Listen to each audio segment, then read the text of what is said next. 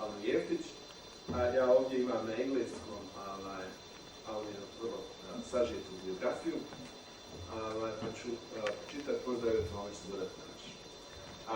Alma Jeftić has a Bachelor of Arts in Psychology from the University of Sarajevo and Masters in State Management and Humanitarian Affairs from the University of Sarajevo.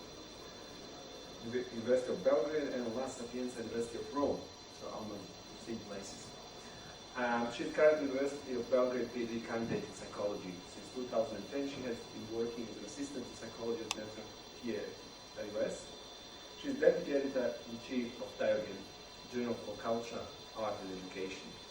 Her major scientific interests include memory and forgetting, social cognition, language and emotions. She published 2 books, Public Administration, Reform in Bosnia-Herzegovina, Psychological Aspects of Human Resources Management Reform, and priručnik za sjećanje historijskih.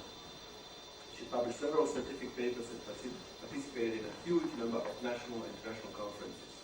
Also, she is writing poetry and short stories that have been translated to English, Slovenian, Italian, and even read quite often in Australia. So I warmly recommend Alma's poetry. Kao što smo čuli, Alma je ovako vrlo uključena u različite stvari i razmišlja u različitim smjerovima i to također prezentira kroz različite žanrove. Alma će nam danas prezentirati na temu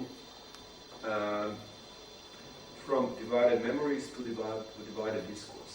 How many historical truths exist in Bosnia and Herzegovina. Na neki način nastavljamo u okviru šire teme koju je profesor Zdarev započeo. Alma, možete i jednu pjesmu započeti da vas ne bi nas iznenadili.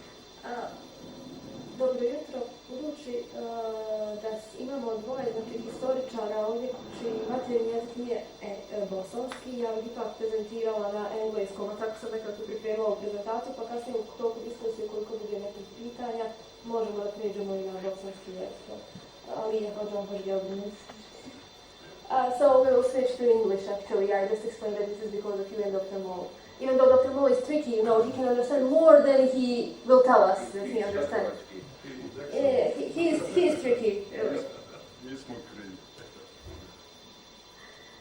So I will just shortly present you one part of one bigger research actually that I'm included in. It is analysis of history textbooks here in the region of Bosnia and Herzegovina. Unfortunately, I cannot present you the whole research because it is still ongoing project and the results will be presented in July in London during one other conference.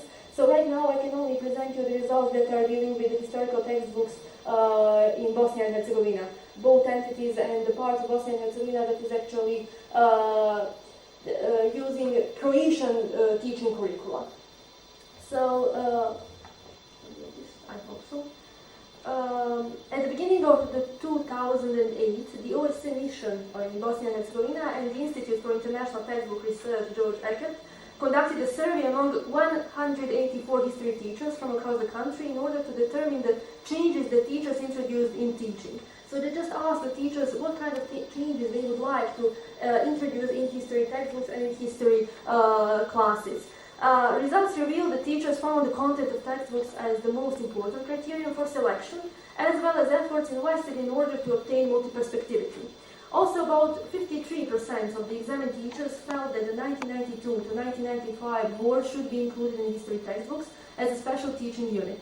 Teachers felt that the themes of consequences of war and destruction of cultural and historical monuments are very interesting and as such should be included in history textbooks. However, 1/3 of teachers didn't share this opinion and a somewhat smaller number expressed uncertainty. And I don't know how much you are actually informed, but this period of 1992-1995 war is not included in historical textbooks that are currently used in Bosnia and Herzegovina. So it is completely excluded, and actually history is somehow stopped by the year of 1991. As nothing happened after 1991 when it comes to the Bosnia and Herzegovina and the Balkan region. So this is what I actually said, because this is in line with the recommendations of the Council of Europe to temporarily suspend teaching about the war years. In the recommendation 1454 from April 2000, Education in Bosnia and Herzegovina, the Parliamentary Assembly of the Council of Europe argued the temporary suspension of the teaching of the 1992-1995 period until historians in Bosnia and Herzegovina, with the support of international experts, do not establish a common approach to the study of this period in schools. That common approach we still do not have. And this was from 2000.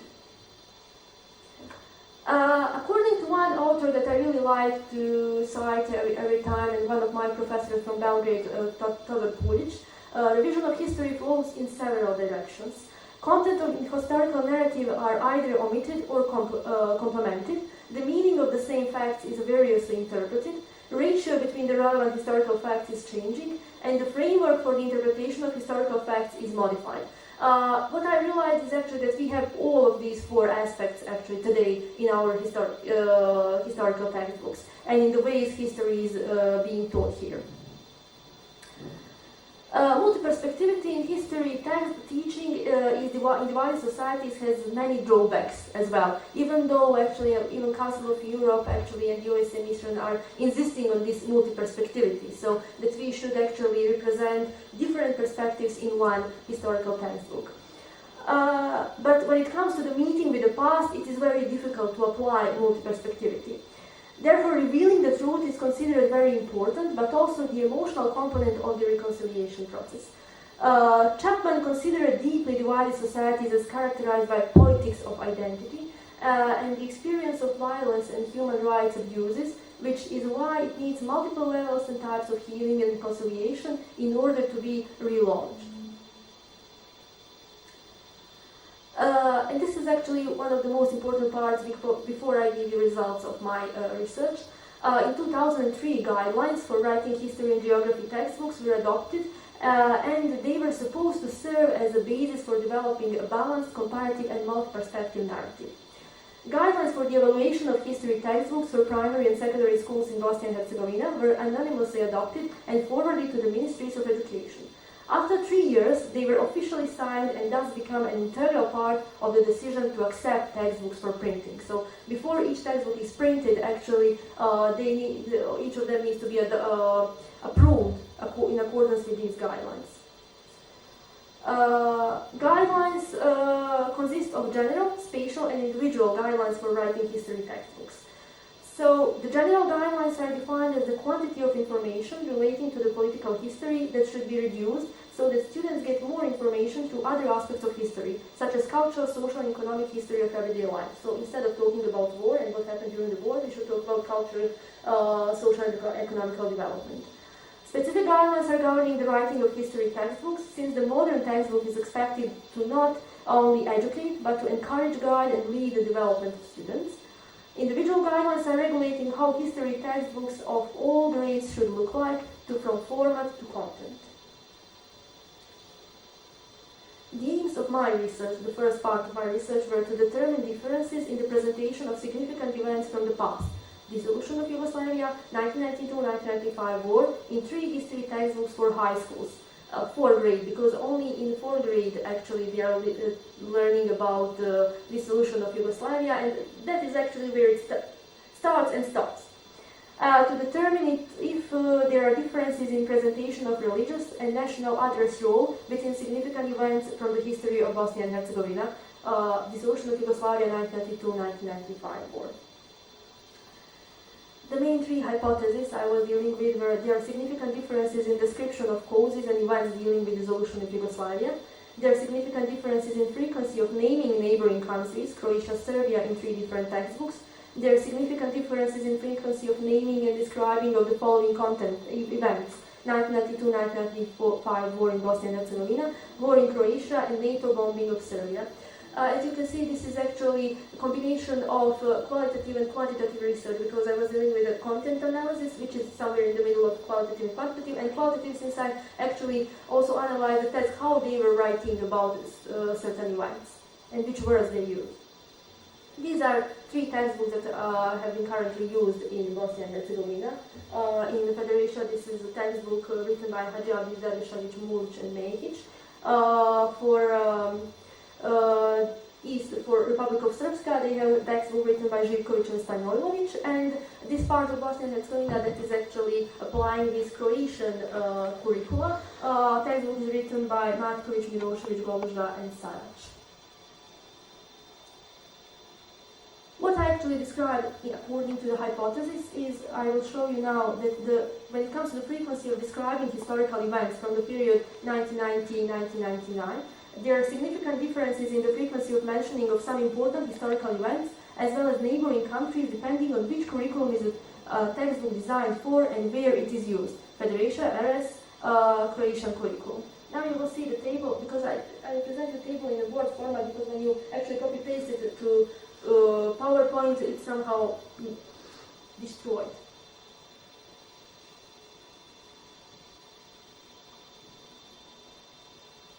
Can you see it?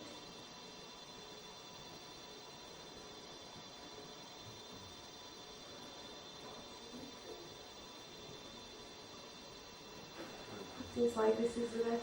So what we were dealing with. Can you turn on the light? Or? Yeah, I don't That's my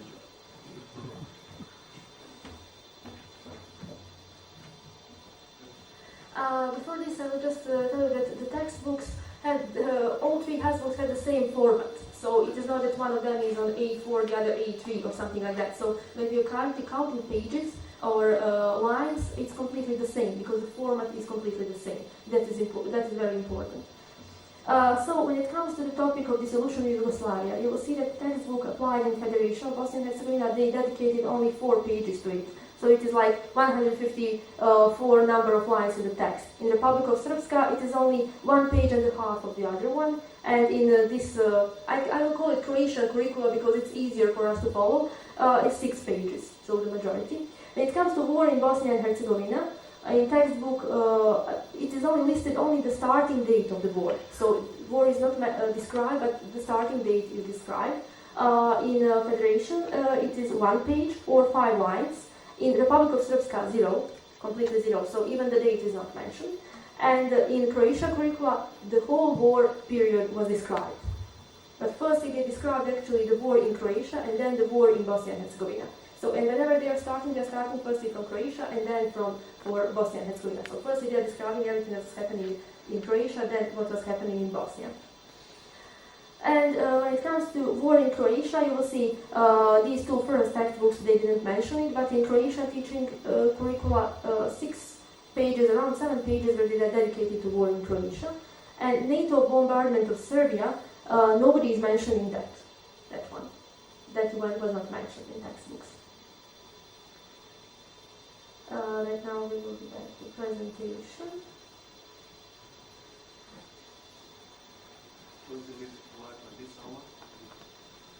Can you read? Yeah, I can read. Maybe it's better because I will have to show you one more thing. But when it comes to, when we said actually these were the results of the quantitative analysis. When it comes to qualitative analysis, when you start reading the textbooks, you will realize that actually they are mentioning something about the war, but it is somewhere. For example, in this textbook that is used in Federation, they are actually mentioning the war, but in the purpose. So it is not even in the text, it is only in the purpose, in the after acknowledgement, somewhere where you do not expect it, and this is what they are written. What's written? This textbook deals with the world, European and Bosnian history of the late 19th and the entire 20th century. This is the time in which very important events and processes in the history of mankind took place. So then they mentioned some of them, and then they said, it is particularly important to note that in this period, an independent state of Bosnia and Herzegovina was established after a long and terrible war, which was led against it by all means. So you cannot say that I'm not mentioning the war, but the war is not mentioned there where you expect it to be mentioned, but they mentioned it actually. This is from the Serbian textbook, RS textbook. You can be informed of the events of our nearest past, after 1991, on the basis of interviews with contemporaries, teachers, parents, participants in events, as well as from other sources, newspapers, documents, photographs, documentaries, etc. Information can be discussed during history class and tutorials. So they will be talking about it. They didn't even mention that it is related to war, but they just said, ask your neighbors, they will tell you. Ask people who were there, what happened, and then we will discuss it. So there is no scientific data, but just ask people who were there. So they will be discussing it during tutorials. They will be talking about war. Also, when it comes to how many times they mention, this is very important for us as psychologists actually, the second table. You will see that I was interested in the frequency of mentioning Bosnia and Herzegovina, Serbia and Croatia within the chapter Dissolution of Yugoslavia in 3 textbooks. So how many times they actually mentioned the neighboring countries? How many times each of these countries was mentioned in 3 textbooks? So when you see a textbook applied in Federation, they mentioned Bosnia and Herzegovina 18 times in this chapter, Dissolution of Yugoslavia. When it comes to Republic of Srpska, they didn't mention Bosnia and Herzegovina in the chapter on the Dissolution of Yugoslavia. They never mentioned it. And in this Croatian, they mentioned it 16 times. When it comes to this Serbia, it's mentioning the frequency of mentioning of Serbia, in the Federation it was mentioned 5 times, in the RS textbook 6 times, and in this Croatian 15 times.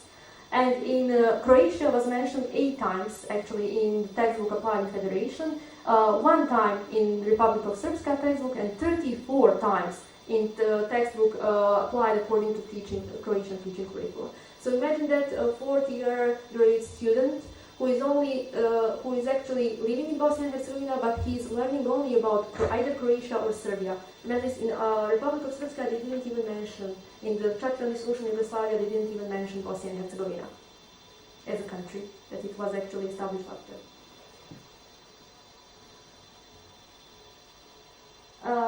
When it comes to this dissolution of Yugoslavia, I actually analyzed in a qualitative way one event that happened during that period. I think historians will be better in describing what happened actually during the 14th Congress of the League of Communists of Yugoslavia.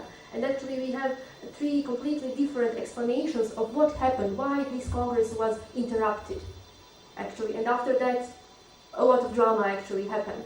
So in this Serbian textbook, this is what they wrote. In order to prevent the breakup of the country, the Communist Party leadership is required to urgently hold an extraordinary Congress.